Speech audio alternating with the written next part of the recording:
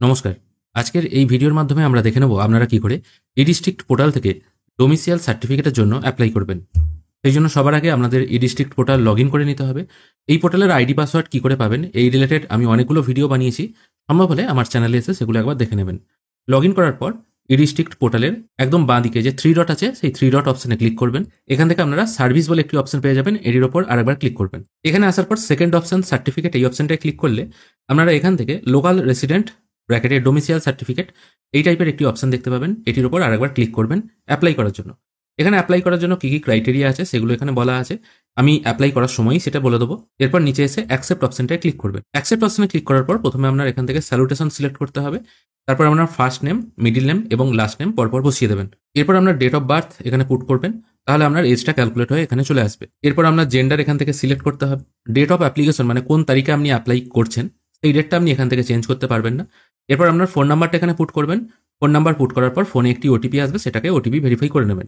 একই রকমভাবে ইমেলটা এখানে পুট করে আধার নাম্বার সম্ভব হলে পুট করবেন, অন্যথায় না পুট করলেও চলবে। তবে আধার কার্ড যদি থাকে তবে আধার কার্ড নাম্বারটা পুট করে দেওয়াটাই ভালো। পেজটিকে একটু স্ক্রোল করে নিচের দিকে নামালে আপনার অ্যাড্রেস এখানে ফিল করতে হবে। প্রথমে অ্যাড্রেস লাইন 1 এর জায়গায় আপনার ভিলেজের নাম, 2 এর জায়গায় পোস্টের নাম লিখে দেবেন, তারপর পিনকোড লিখবেন। এখানে পিনকোড পুট করার পর আপনার কান্ট্রি ও স্টেট এটা অটোমেটিক চলে আসবে। তারপর এখান থেকে আপনার ডিস্ট্রিক্ট সিলেক্ট করে নেবেন। তারপর আপনার সাব ডিভিশন কি আছে সেটা এখান থেকে সিলেক্ট করতে হবে। আপনি রুরাল এরিয়ায় থাকেন না শহরাঞ্চলে থাকেন সেটা এখান থেকে সিলেক্ট করবেন। এরপর সিলেক্ট করতে হবে এখান থেকে ব্লক। তারপর আপনার ব্লকের যে নামটা আছে সেটা এখান থেকে সিলেক্ট করে নেবেন। তারপর ভিলেজের নাম এখান থেকে সিলেক্ট করবেন, পোস্ট অফিসের নাম ড্রপ ডাউন মেনু থেকে সিলেক্ট করবেন এবং পুলিশ স্টেশনের নামটা সিলেক্ট করে সেভ অ্যান্ড নেক্সট করবেন। নেক্সট পেজে আসার পর আপনাকে জিজ্ঞেস করা হচ্ছে আপনার প্রেজেন্ট অ্যাড্রেস কি আছে। প্রেজেন্ট অ্যাড্রেস যদি একই হয়ে থাকে পার্মানেন্ট অ্যাড্রেসের সঙ্গে, তাহলে পার্মানেন্ট অ্যাড্রেস অফ অ্যাপ্লিকেন্ট এটা সিলেক্ট করবেন, তাহলে সবকিছু এখানে কপি পেস্ট হয়ে যাবে। আর যদি আলাদা হয় তাহলে নট সেম করে সবকিছু এখানে আপনাকে আবার ফিল করতে হবে। এরপর আপনার পেরেন্ট কিংবা হাজবেন্ডের ডিটেল এখানে দিতে হবে। তারপর এখান থেকে আপনাকে সিলেক্ট করতে হবে আপনি গার্জেন হিসেবে কার নাম দিতে চান। এটা আপনি ফাদার সিলেক্ট করতে পারেন যদি ফাদারের নাম দিতে চান। তারপর তার স্যালুটেশন সিলেক্ট করবেন, তারপর তার ফার্স্ট নেম, মিডিল নেম এবং লাস্ট নেম পুট করে দেবেন এবং তার অকুপেশন কি আছে সেটা এখানে দিতেও পারেন নাও পারেন, যেহেতু স্টার মার্ক দেওয়া নেই, না দিলেও কোনো অসুবিধা নেই। আর যেটা এখানে দিচ্ছেন মানে যে পেশার সাথে উনি যুক্ত সেই পেশার একটা বর্ণনা এখানে দিয়ে দিতে পারেন। এগুলো স্টার মার্ক দেওয়া নেই, তাই দিলেও চলবে না দিলেও চলবে। তারপর সেভ অ্যান্ড নেক্সট করবেন। এর পরের অপশন আছে আপনার প্লেস অফ বার্থ কোথায়, সেটাও এখান থেকে আপনাকে সিলেক্ট করতে হবে। যদি ওয়েস্ট বেঙ্গল হয়ে থাকে ওয়েস্ট বেঙ্গল সিলেক্ট করবেন। তারপর এখানে প্লেস অফ বার্থের টোটাল অ্যাড্রেসটা ফিল করতে হবে। যদি আপনার প্রেজেন্ট অ্যাড্রেস ও পার্মানেন্ট অ্যাড্রেসের সঙ্গে একই হয়ে থাকে প্লেস অফ বার্থটা, তাহলে এখান থেকে আপনি যে কোনো একটা সিলেক্ট করে নিতে পারেন। আর যদি আলাদা হয়ে থাকে তাহলে নট সেম করে বাদবাকি যে অ্যাড্রেসটা আছে সেটা আপনাকে ফিল করতে হবে। আর যদি একই হয়ে থাকে যে কোনো একটা সিলেক্ট করলে অটোমেটিক এখানে কপি পেস্ট হয়ে যাবে। এরপর আপনার এডুকেশনাল ডিটেল দিতে হবে, সেই জন্য অ্যাড রো অপশনটাই ক্লিক করবেন। এখানে আপনি কোন স্কুলে পড়াশোনা করতেন সেটা দেবেন, কোন ক্লাস থেকে কোন ক্লাস পর্যন্ত পড়েছেন এবং কত সাল থেকে কত সাল পর্যন্ত পড়াশোনা করেছেন সেটা এই ড্রপ ডাউন মেনু থেকে সিলেক্ট করে নিয়ে ওকে করে দেবেন। এরপর এখানে লাস্ট 15 বছরে আপনি কোথায় আছেন তার ডিটেল দিতে হবে। অ্যাড রো অপশনে প্রথমে ক্লিক করবেন, তারপর এখানে অ্যাড্রেস ফিল করতে হবে, মানে আপনি বিগত 15 বছরে আপনি কোথায় ছিলেন। যদি আপনার প্রেজেন্ট অ্যাড্রেস ও পার্মানেন্ট অ্যাড্রেসের সঙ্গে আপনি লাস্ট 15 বছর যে অঞ্চলে আছেন সেটা যদি একই হয়ে থাকে তাহলে এখান থেকে আপনারা সিলেক্ট করতে পারেন, তাহলে প্রেজেন্ট অ্যাড্রেস কিংবা পার্মানেন্ট অ্যাড্রেস থেকে সবকিছু কপি হয়ে এখানে চলে আসবে। যদি আলাদা হয়ে থাকে তাহলে নট সেম করে এখানে ম্যানুয়ালি আপনাকে ফিল করতে হবে। এবার এটা সম্পূর্ণ নির্ভর করছে আপনাদের উপর আপনারা কোনটা দেবেন। এবং এই পেজের একদম নিচের দিকে আছে আপনি কত তারিখ থেকে কত তারিখ পর্যন্ত এই অ্যাড্রেসে আছেন সেটা এখানে প্রথমে সিলেক্ট করে নেবেন। ডেটটা আর কি, মানে যে ডেটে অ্যাপ্লাই করছেন সেই ডেট থেকে প্রিভিয়াস 15 বছর পর্যন্ত সেই টাইম টেবিলটা আপনারা এখান থেকে সিলেক্ট করে নেবেন।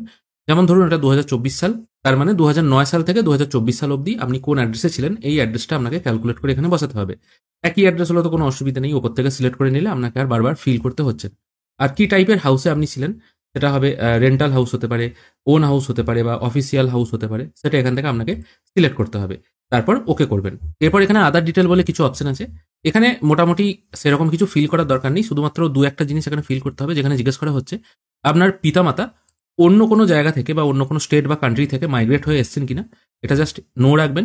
তারপর এখানে জিজ্ঞেস করা হচ্ছে আপনি অন্য কোনো স্টেট থেকে মাইগ্রেট হয়ে এসেছেন কিনা, এটাকেও নো রাখতে হবে। এরপর জিজ্ঞেস করা হচ্ছে আপনি কি কারণের জন্য অ্যাপ্লিকেশনটা করছেন। এখানে আদার অপশন আসছে, আপনি আদার সিলেক্ট করবেন এবং কি কারণের জন্য করছেন, ধরুন কোনো স্কলারশিপের জন্য হতে পারে বা কোনো চাকরির পরীক্ষার জন্য হতে পারে, সেটা এখানে লিখে দিয়ে মানে ম্যানুয়ালি টাইপ করে দিয়ে সেভ করবেন। সেভ করার পর এখানে আপনাকে কিছু ডকুমেন্ট আপলোড করতে হবে, সেই জন্য সাপোর্টিং ডকুমেন্ট আপলোড এই অপশনটায় ক্লিক করবেন। এখানে কি কি আপলোড করতে হবে দেখে নিন। রেসিডেন্সিয়াল প্রুফ হিসাবে আপনি আধার কার্ড, রেন্ট এগ্রিমেন্ট, পাসপোর্ট যে কোনো একটা জিনিস আপলোড করতে পারেন। আইডেন্টিটি প্রুফ হিসাবে আপনি প্যান কার্ড, ভোটার কার্ড, আধার কার্ড আপলোড করতে পারেন। মানে রেসিডেন্সিয়াল প্রুফ এবং আইডেন্টিটি প্রুফ এটা আপনি দুটোই আধার কার্ড ইউজ করতে পারেন। আপনার একটা ফটোগ্রাফ এখানে আপলোড করতে হবে। আদার রিলেভেন্ট ডকুমেন্ট হিসাবে এখান থেকে আপনি পঞ্চায়েতের একটা রেসিডেন্সিয়াল সার্টিফিকেট নিয়ে নেবেন। তারপর প্রুফ অফ বার্থ হিসাবে আপনি বার্থ সার্টিফিকেট আপলোড করে দিতে পারেন। সবকিছু ডকুমেন্ট এখানে আপলোড করতে হবে জেপিইজি বা পিডিএফ ফরম্যাটে। আধার কার্ড আপলোড করবেন রেসিডেন্সিয়াল প্রুফ হিসাবে 150 কেবির মধ্যে। আইডেন্টিফিকেশন প্রুফ আপলোড করবেন 512 কেবির এই সাইজের মধ্যে। ফটোগ্রাফ হবে 1 এমবির মধ্যে। আদার ডকুমেন্টটাও 1 এমবির মধ্যে এবং বার্থ প্রুফের যে ডকুমেন্টটা আপনি আপলোড করবেন সেটাও 200 কেবির মধ্যে আপনাকে আপলোড করতে হবে। তারপর আই অ্যাকসেপ্ট অপশনে টিকমার্ক দিয়ে সেভ করবেন। ডকুমেন্ট আপলোড পর্ব কমপ্লিট হয়ে গেলে প্রিভিউ অপশনে একবার ক্লিক করবেন। যে ফর্মটা আপনারা এতক্ষণ ধরে ফিল করলেন সেটা একটা প্রিভিউ চলে আসবে, এটা একবার ভালো করে মিলিয়ে নেবেন।